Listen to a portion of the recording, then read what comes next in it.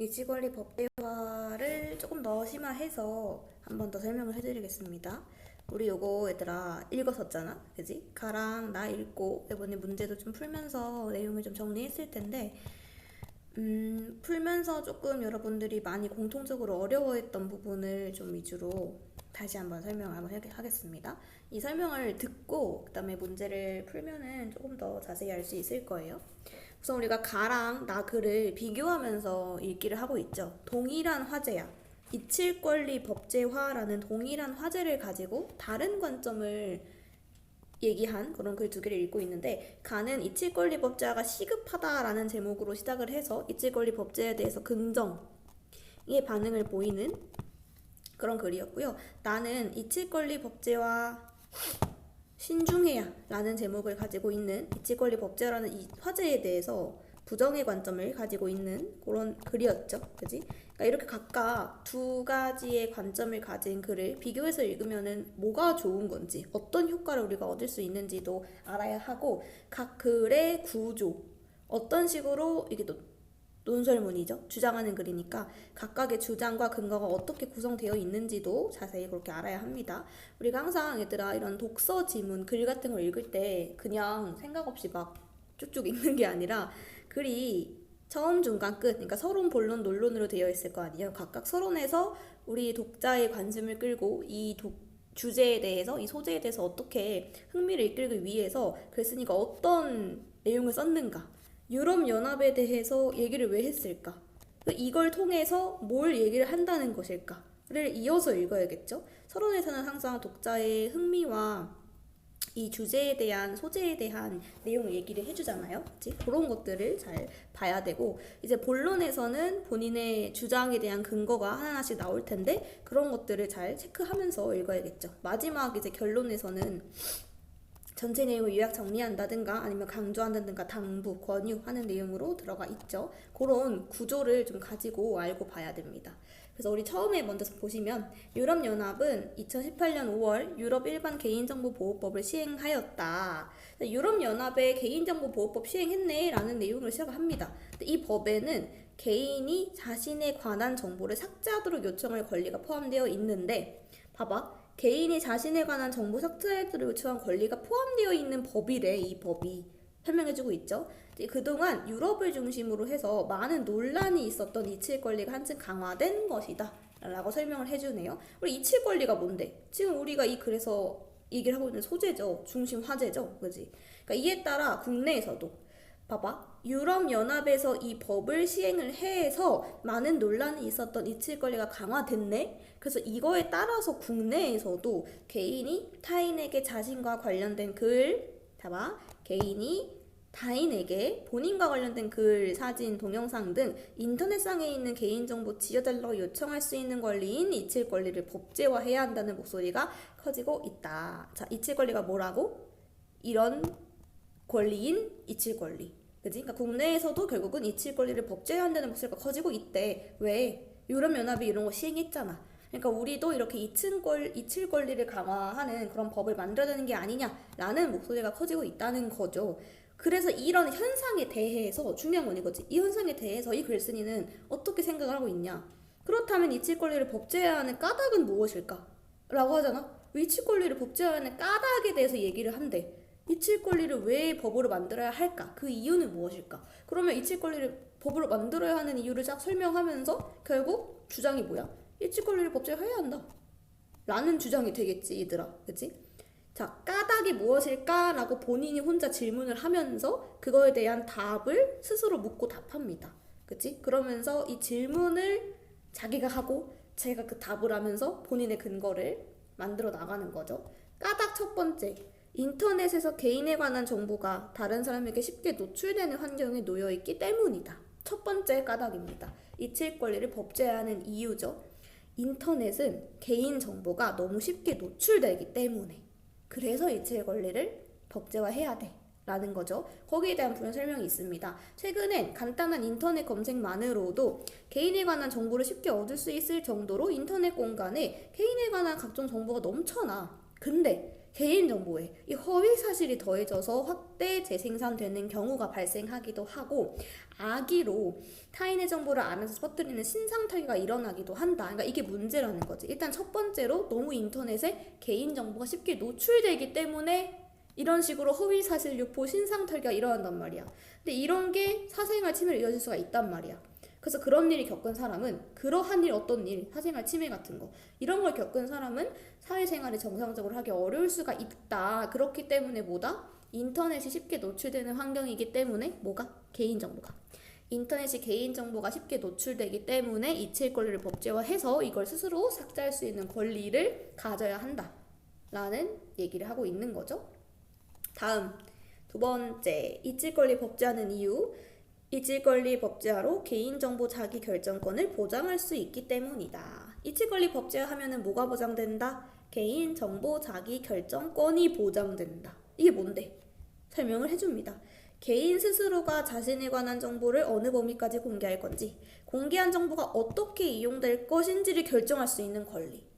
뭔 말이에요?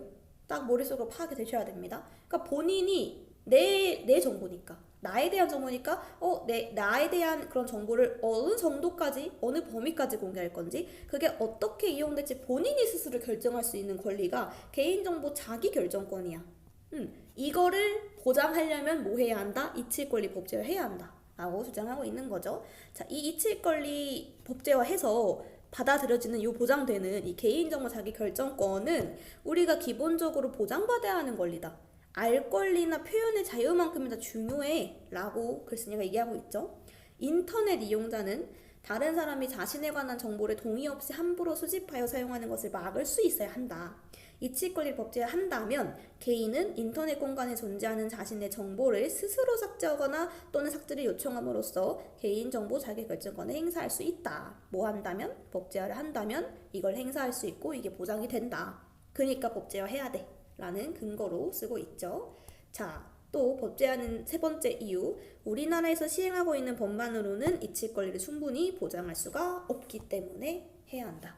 자, 우리나라에서 시행하고 있는 법이 뭐였죠? 현재 우리나라에서 개인정보보호법, 그 다음에 정보통신망법이 있어. 이게 있어서 사생활 침해나 명예훼손 등 개인의 권리가 침해된 경우에 인터넷 검색 서비스 사업자한테 해당 정보의 삭제를 요청할 수 있는 권리를 보장하고 있어.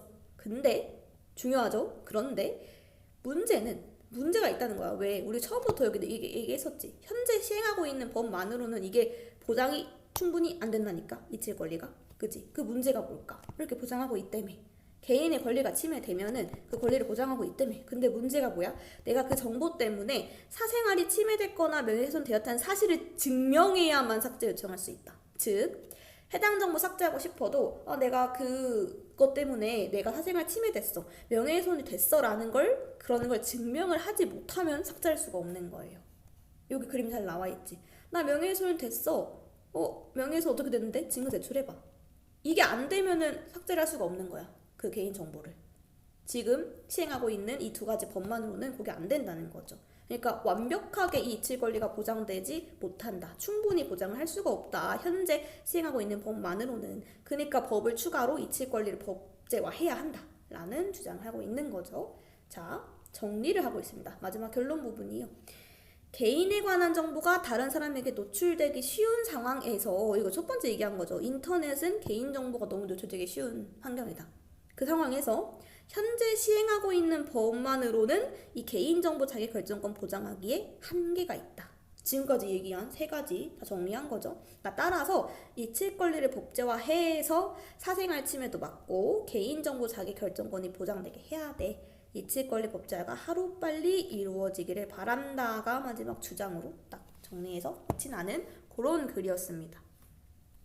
전체적으로 구조화해서 정리를 할 수 있어야 돼. 그래서 결국 하려는 얘기가 뭐냐, 이칠 권리를 하루빨리 법제화하자. 그 해야 하는 이유가 뭐냐 하면서 세 가지를 얘기했던 거죠. 그게 이제 얘기가 딱딱딱 나오게끔 정리가 잘 돼야 됩니다. 이것도 마찬가지로 똑같이 서러운 본론 결론으로 되어 있고, 얘는 방금 읽었던 이칠 권리 법제화 시급하다라는 그 글과 완전히 반대되는 입장이죠. 그치? 근데 결국 따지면 얘가 주장이 이칠 권리 법제화 하면 안 돼. 이렇게 완전히 막는 그런 주장은 아니었죠. 신중하게 접근해야 한다라는 그런 주장이었잖아요, 얘들아. 다시 보세요. 자, 서론 부분 유럽 얘기로 얘들 시작하죠. 2014년 5월 유럽 사법재판소는 인터넷상의 개인정보 삭제를 요구하는 재판에서 이칠 권리 인정하는 판결 내렸대. 유럽 재판소가. 그게 뭐냐? 자, 스페인의 한 변호사가 자신의 개인정보가 담긴 기사 발견하고 인터넷 검색 서비스 업체에 해당 기사가 검색자를 요청했는데 법원에서 이걸 받아들였다. 그러니까 인터넷 검색 서비스 업체한테 삭제해줘라 라고 판결을 내린 거죠. 그래서 이 판결을 계기로 해서 많은 국가에서 이칠 권리에 관심을 두기 시작했네. 많은 국가에서. 그래서 우리나라에서도 이칠 권리 복제에 관한 논의가 진행되고 있네. 아까 했던 그 가글과 비슷하죠. 내용 전개가. 그죠? 내용 전개 비슷해요. 유럽 사법재판소에서 이렇게 이칠 권리를 보장하는 판결을 내렸다. 그에 따라서 우리나라에서도 이렇게 한다는 목소리가 커지고 있다. 논의가 활발히 진행되고 있다. 그렇다면 해야 하는 까닭은 무엇일까? 라고 시작했는데 얘는 뭐래? 그런데 이칠 권리를 복제하면 다음과 같은 문제들이 생길 수 있다. 라고 얘기하잖아. 그쵸? 완전 반대죠. 아까는 이칠 권리 복제해야 하는 까닭이 무엇일까? 첫째, 둘째, 셋째 하면서 이렇게 때문에 이칠 권리 복제해야 돼 라고 하는 글이었다면 얘는 이칠 권리 복제하면 이런 문제들이 생길 수 있어. 그럼 그런 문제가 생길 수 있다는 거는 이거 복제하면은 조금 안 될 것 같아 라는 걸 얘기하려는 거잖아. 그쵸? 자, 문제 어떤 거? 첫 번째, 이칠 권리 복제하면은 국민의 알 권리가 침해될 수 있다. 자, 모든 국민은 중요한 결정 내릴 때 정보를 충분히 이용할 수 있어야 한다. 그럼 중요한 결정 내릴 때에 대한 예시가 설명이 돼 있죠. 예를 들어 이거 중요합니다. 어떤 중요한 결정 내릴 때? 예를 들어 정치인을 선출하기 위해 후보자의 과거 행적을 인터넷에서 검색해보는 거. 정치인 뽑는 거 중요하죠. 이 사람이 과거에 어떤 사람이었는지, 뭐 정치에 대한 관심이 얼마큼 있었는지, 뭐 전과가 없는지 그런 거 다 볼 수 있잖아. 근데 만약에 어떤 후보자가 이칠 권리를 들어서 자신한테 불리한 정보를 삭제하도록 요구해 그 후보자에 관한 정보를 삭제된다면 국민은 후보자에 관한 정보를 충분히 얻기가 어려워지겠죠. 본인한테 불리한 정보 다 지우니까. 그럼 그 후보자가 정치인으로 선출되기 적합한 사람인지 판단하기가 어려워지잖아요. 그치? 그렇기 때문에 국민이 당연하게 알아야 할 그런 알 권리가 이 이칠 권리를 통해서 이게 안 되는 거죠. 이칠 권리를 이 정치인이 들어서 내 정보 삭제. 그러면 우리 국민은 그 사람에 대한 알 권리가 없어지는 거잖아요.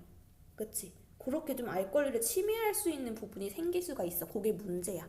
라는 거죠. 알 권리는 우리 국민이, 대한민국 국민이 기본적으로 가져야 할 기본권 중에 하나거든요. 그거를 이칠 권리랑 이렇게 대비돼서 막힐 수가 있다라는 거지. 또 두 번째 문제, 표현의 자유도 침해될 수 있다.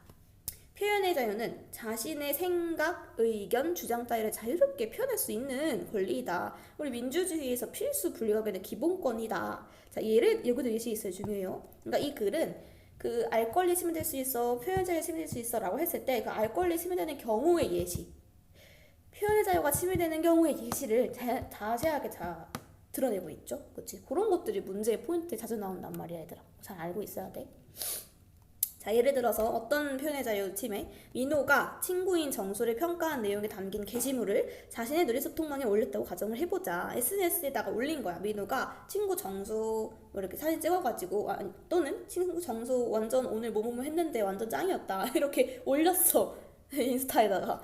근데 이칠 권리를 법제화하면 정수는 민호한테 해당 게임을 삭제해달라고 요구할 수 있죠. 왜냐면 본인에 대한 정보니까. 그치? 근데 이럴 경우 게시물을 올린 민호의 표현의 자유가 침해될 수가 있다. 그러니까 함부로 뭐 다른 사람에 대한 그런 뭐 간단한 평가라든지 그런 걸 그냥 올릴 수가 없어. 올릴 수가 없고 올리더라도 그 사람이 지워달라고 요청하면 지워야 돼. 그러니까 내 표현의 자유라는 게 침해받을 수가 있는 거죠. 그치? 그러니까 이칠 권리라는 것은 표현의 자유랑 알 권리랑 엄청 상반되는 그런 주장이라는 거죠. 그쵸? 법이라는 거죠. 그거에 대해서 문제가 생길 수 있다라는 얘기를 하고 있고, 또 세 번째 문제. 이칠 권리 법제하면은 그 법의 적용 범위가 논란될 수 있다. 법의 적용 범위가 논란된다. 예시 볼게요. 그러니까 같은 정보에 대해서 어떤 사람은 그걸 공적인 영역에 속하는 정보로 보고 공적인 정보면 해당 정보 한번 삭제하면 안 되죠. 그거 반대할 수가 있어. 근데 이 같은 정보를 가지고 또 다른 사람은 해당 정보를 순수한 사적 영역에 속하는 정보를 봐서 그냥 개인 정보니까 너무 사적 정보니까 이칠 권리의 적용 대상을 판단할 수가 있다. 요것도 예시가 있습니다. 자, 공무원과 같은 공인이 누군가랑 식사했다는 정보. 이거는 공적 정보일까? 사적 정보일까? 공무원, 그러니까 공인이 누구랑 같이 식사를 했다? 이거 사적 정보를 볼지 공무원이니까 공적 정보를 볼지 애매한단 말이야. 그러니까 판단하기가 어려워. 그러니까 이렇듯 이칠 권리를 법제화하면은 어디까지를 개인 정보로 볼 것인지에 대한 논란이 커질 거야 라는 문제 제기를 하는 거죠. 이칠 권리를 적용해야 하냐 말아야 되냐를 막 판단하기가 어려워진다는 거지. 그치? 그렇게 세 가지 문제를 지금 얘기를 했습니다. 자, 정리를 보세요. 지금까지 살펴본 것과 같이 이칠 권리를 법제하면 여러 가지 문제가 생길 수가 있어. 여러 가지 문제 몇 가지 나왔었죠? 세 가지. 뭐였죠? 첫 번째, 국민의 알 권리 침해. 두 번째, 표현의 자유가 침해. 세 번째, 법의 적용 범위가 논란될 수 있어라는 문제가 있잖아. 그치? 그러므로 이칠 권리를 성급하게 법제화하지 말고, 그러니까 성급하게 너무 빨리 하루빨리 법제해야 돼 이게 아니라 인터넷 검색 서비스 분야의 기업들이 사회 통념을 고려해서 정보 삭제할 수 있는 기준과 절차를 마련해서 시행하자. 그러니까 이 이치 권리 법제화하는 걸, 법으로 만드는 걸 좀 신중하게 접근을 해야 해 라는 게 주장이죠. 왜 신중하게 접근해야 돼? 이런 문제가 생길 수 있기 때문에 하면서 본인의 주장에 대한 근거 세 가지로 얘기를 했습니다. 이해됐을까요, 여러분들? 이거 되게 정확하게 확실하게 이해하는 게 중요한 지문이거든. 선생님이 문제 많이 줬잖아요. 그치? 그 문제를 풀 때 다시 한번 쌤이 이 영상을 계속 다 줄 테니까 계속해서 돌려보고 끊어보면서 너희들 스스로 이해를 하고 정리를 할 수가 있어야 됩니다. 그리고 또 추가로 모르는 거 있으면 언제든 항상 카톡으로 질문을 하시고 그러면 됩니다.